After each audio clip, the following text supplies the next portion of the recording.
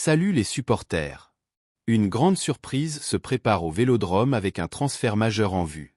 N'oubliez pas de vous abonner à la chaîne pour ne rien manquer des nouveautés et événements en primeur. Commençons par les faits.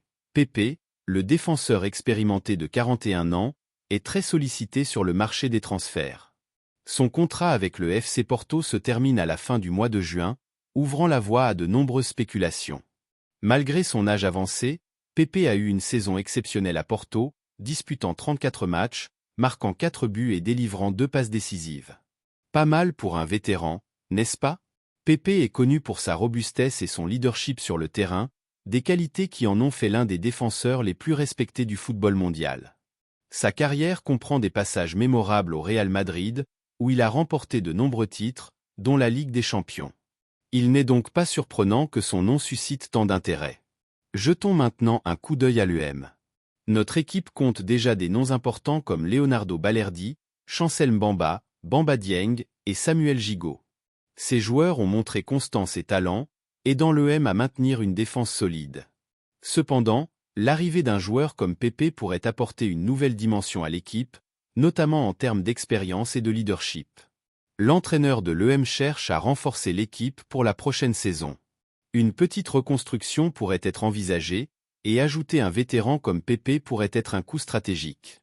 Après tout, avoir un joueur avec la mentalité de gagnant de Pepe pourrait inspirer les plus jeunes et augmenter la compétitivité interne. Maintenant, passons à la question que tout le monde se pose.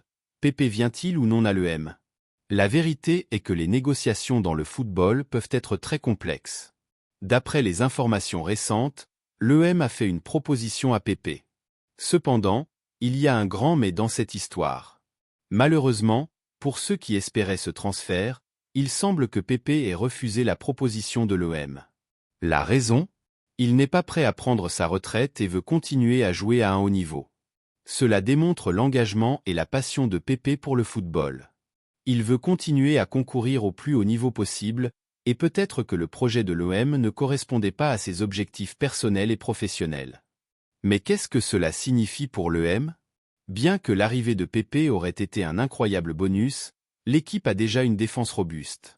Leonardo Balerdi, Chancel Mbamba, Bamba Dieng et Samuel Gigot ont montré qu'il était capable de défendre les couleurs de l'UM avec courage et habileté. Réfléchissons à l'impact de cette décision. Le refus de Pepe peut être perçu de deux manières. D'un côté, c'est une opportunité manquée d'apporter un grand nom à l'UM. De l'autre, c'est un rappel que le football est dynamique et plein d'incertitudes. L'OM a toujours une base solide et peut continuer à rechercher d'autres opportunités sur le marché des transferts. De plus, le refus de Pepe ne doit pas être vu comme un échec, mais plutôt comme un défi à surmonter. Cela peut encore plus motiver les joueurs actuels à se prouver et à montrer que l'OM peut être une puissance défensive même sans la présence d'un vétéran renommé comme Pepe. Alors, que réserve l'avenir pour l'OM? L'entraîneur et la direction continueront à travailler dur pour renforcer l'équipe.